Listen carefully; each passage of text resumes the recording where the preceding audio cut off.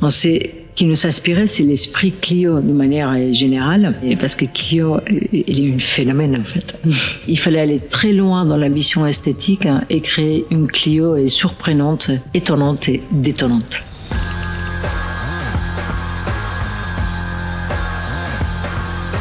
Je suis Paula Fabregat et je suis directrice et projet design de la marque Renault.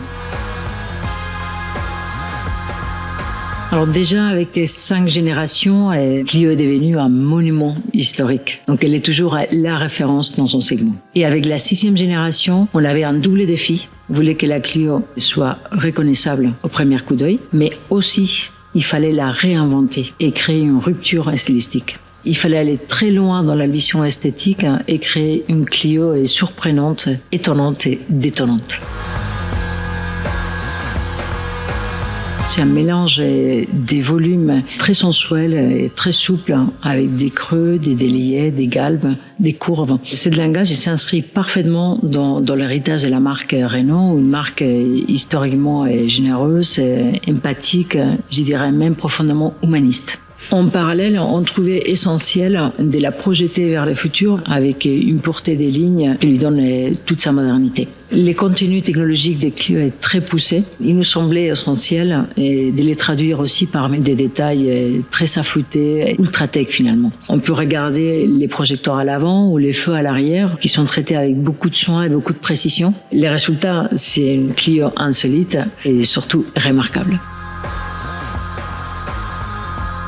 Il est sportif et racé et encore plus dynamique que la Clio 5.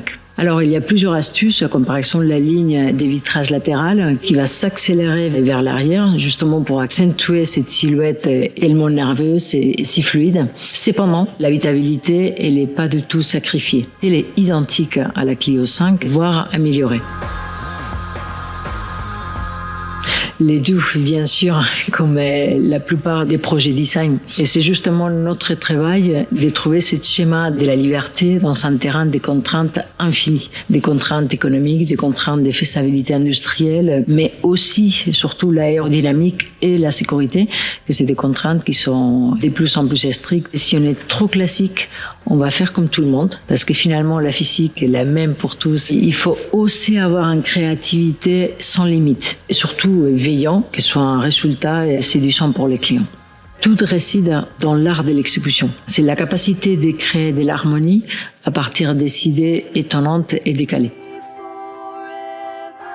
C'est un petit pourcentage d'héritage. On souhaitait que la Clio soit reconnaissable au premier coup d'œil. Clio, il a une petite morphologie très particulière, avec une assise, une posture qui ne ressemblait pas à notre voiture. Et c'était essentiel, justement, de garder cet ADN. Et cela passe par le respect des proportions, l'équilibre des masses, l'épaisseur du capot et les dessins de la cabine.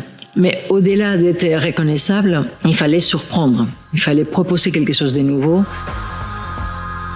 Alors, le processus est basé sur la compétition créative. Tous les designers, ils plongent dans le même brief. Parmi tous les dessins, on va sélectionner les plus intelligents, les plus pertinentes. La plupart des projets, on sélectionne 3 idées.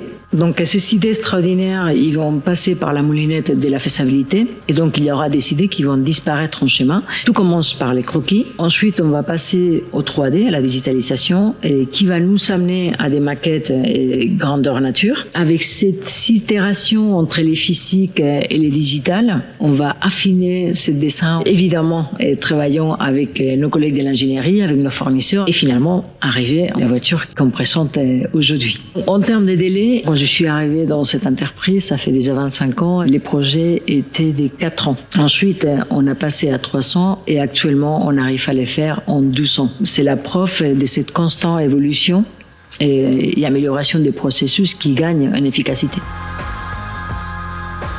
C'est assez intéressant parce que Clio en soi, c'est une mousse pour nous. On sait qui nous inspirait, c'est l'esprit Clio de manière générale. Et parce que Clio, il est un phénomène en fait. On n'a pas le droit de trahir Clio, mais on doit l'amener toujours vers le futur afin qu'elle soit leader et la référence du marché. Donc c'est une espèce de mission divine, sacrée, c'est le cas de le dire, et qui doit le dépasser.